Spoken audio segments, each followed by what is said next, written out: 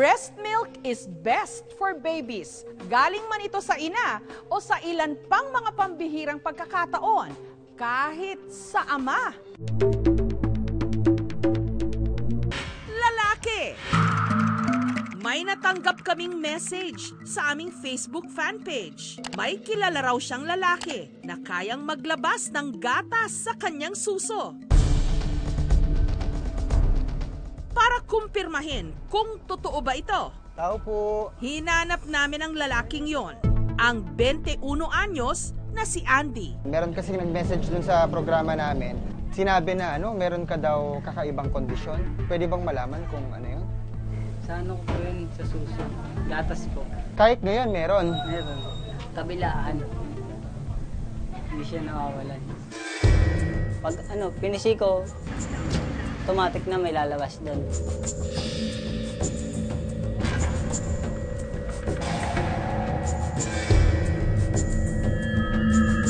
Pero pag hindi lumalabas, pag hindi pinipisi.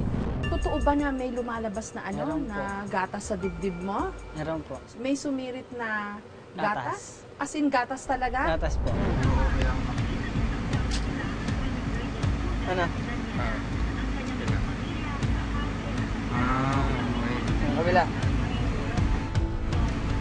Anong ginawa mo nung na-discover mo? Wala po, pinabayaan ko lang. Sa Tapos? mga ilang buwan, naging na talaga, hindi na nawawala. Marami ba talaga? Opo, unlimited na po.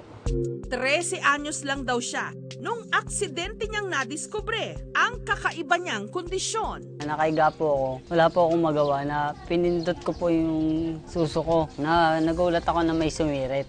Nawawala rin po pag na-over sa piga, pero bumabalik din po kagad. Pag kumakain po ako ng malay sabaw na mas malakas, hindi po masakit, wala pong nararamdaman na sakit. Tsaka po pag marami, hindi po nararamdaman. Pag pinipigalan po, pag doon ko nalalaman na malakas. Pero hindi po lumalaki yung suso ko. Flat lang po. Para rin sa lalaki. Lalaki po kasi ako eh. O napatignan mo na ba yun sa Hindi pa doktor? po. Mga magulang mo, alam nila. Opo. Anong sabi ng nanay mo? Wala. Normal na po sa amin yan. Nagtataka po ako sa sarili ko bakit nagkaroon siya ng gatas. Mali lang na talaga kung sa parang babae siya. Nag-aalala po ako kasi may lumalabas po sa kanyang gatas kasi minsan nakakaramdam din siya yung parang pagkahilo. Minsan parang natutulala. Kaya minsan nag-aalala po ako bakit nagkaroon po siya ng gatas sa didi niya. Titikman ko po to. Para sa babae. Parang gatas din. Kasi po yung sa ate ko po, tsaka yung gatas ko, pinagtugma. Oo. Parehas. Pasensya ka na, Andy, pero pwede bang makita? Sige po.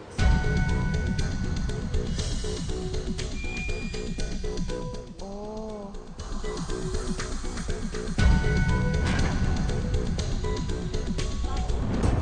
Minsan na rin daw na may humingi ng kanyang gatas para ipanggamot sa sore eyes. Although sabi ho ng Department of Health at ng mga doktor, hindi raw ho yun totoo. Pero sa kaso mo ba, may nagtangka ba o baka sakaling humingi? Meron po. Meron. Anong nangyari? Inano ko po, pinuslit ko sa mata niya. Tapos, Ayun na, 2 days, gumaling. baka pagaling na talaga yon kasi hindi naman daw nakakagaling yung gatas. Ewan ko po. Ilan pa nangingi sa'yo? Isa lang po. Ay, yung isa ko, lang. barkada ko. Sa 8 magkakapatid, si Andy lang daw ang may ganitong kondisyon. Yun na. Nasubukan na rin daw niyang padedehin ang nooy sanggol pa lang niyang pamangkin. Nung baby siya, yung maliit pa. Anong ginawa mo? Pinadete ko. Pero hindi alam ng mama niya, tsaka kapatid ko. Tinesting ko. Kasi nga matamis, tinitikman ko to eh. Gatas na talaga to parang sa babae. Paglilinaw ni Andy, certified macho siya. Lalaki, meron ngayong kinakasama at meron din silang isang anak na 5 buwang gulang na ngayon. Hindi po sinubukan sa anak ko kasi po baka magkasakit. Nadidiri po ako eh. Nakikiliti din pag sinisip-sip. Kaya gatas po ng bote na lang. Sabi ko sa sarili ko, magtatrabaho na lang po ako. Magbabanat po ako ng buto para may pambili po akong gatas. Kung magjowa pa lang kami nun, ayun, tapat niya na sa akin. May gatas nga siya. Lahat ng ano niya, mga nararamdaman niya, sinasabi niya sa akin. Nagulat lang, pero hindi naman ako na turn off sa kanya. Wala lang, okay lang naman sa akin kasi lalaki siya. Kaiba-iba nga lang. May gatas siya. Dating driver si Andy. Ngayon, sumasideline sa pangangalakal. Dahil kapos sa pera, ni minsan, hindi pa raw siya nakakapagpakonsulta sa doktor. Minsan, iniisip ko po na baka may cancer ako. Pinaano ko na lang po, binabaliwala ako. Lalaking may gatas. Meron ba nun? Mga ganun sila. Baka bakla ka. Sabi ko, at kung suntukan tayo, di ako bakla. Lalaki ako. Gusto ko pong mapatingin. Para Malaman ko po yung anong tunay kong kalagayan. Para malaman kung ano ba talaga ang kanyang kondisyon, inilapit namin siya kay Doktora Felicidad Claudine Ordonez, isang breast surgeon. Paano mo nasabing gatas? Ano yung itsura niya? Puti po, parehas din po sa babae. Hindi yung malapot, hindi walang kasamang kirot. Isinailalim si Andy sa physical examination. In-examine natin siya, wala namang bukol. Noong una, nung bago niyo siya dalhin sa akin, niisip ko baka naman hindi gatas, baka naman nana.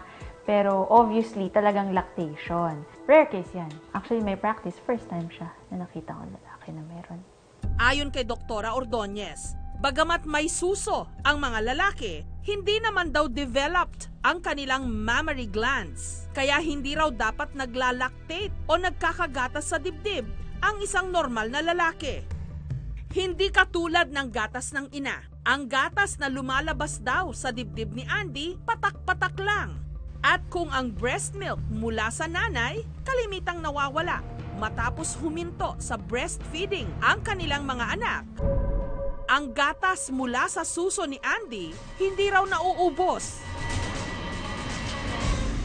Hinala ni Doktora Ordonez, may kondisyon si Andy na kung tawagin, prolactinoma. Tumor yon sa utak na nagpo-produce ng prolactin, which is yung hormone na nagsisignal para gumawa ng breast milk. Iba't ibang klase yung kanyang manifestation, and one is galactorrhea. Yun nga yung naglalactate. Kailangan lang ma-investigate, tapos ma-advise namin, kailangan bang operahan or hormones lang.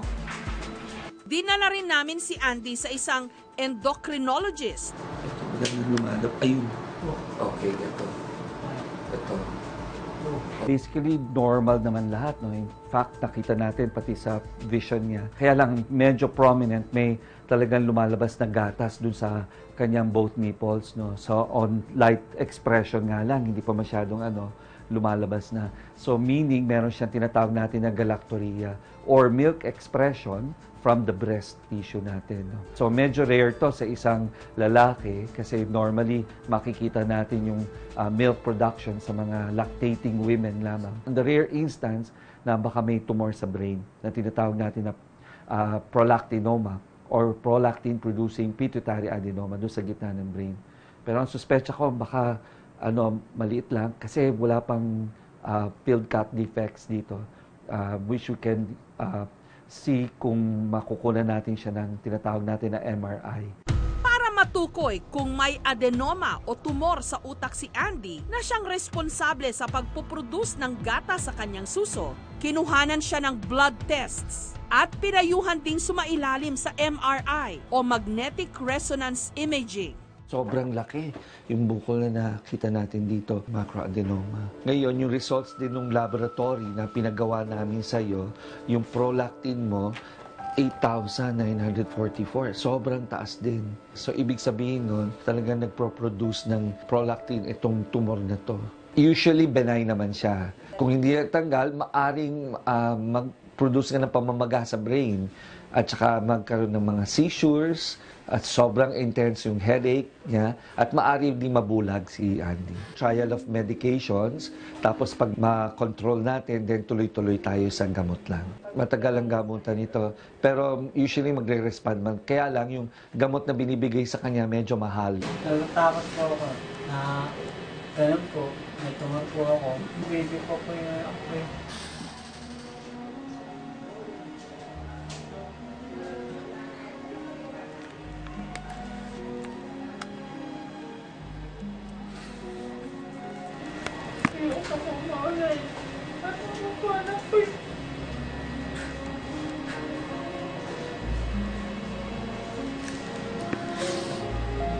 pa ako lumala. Wala naman po kami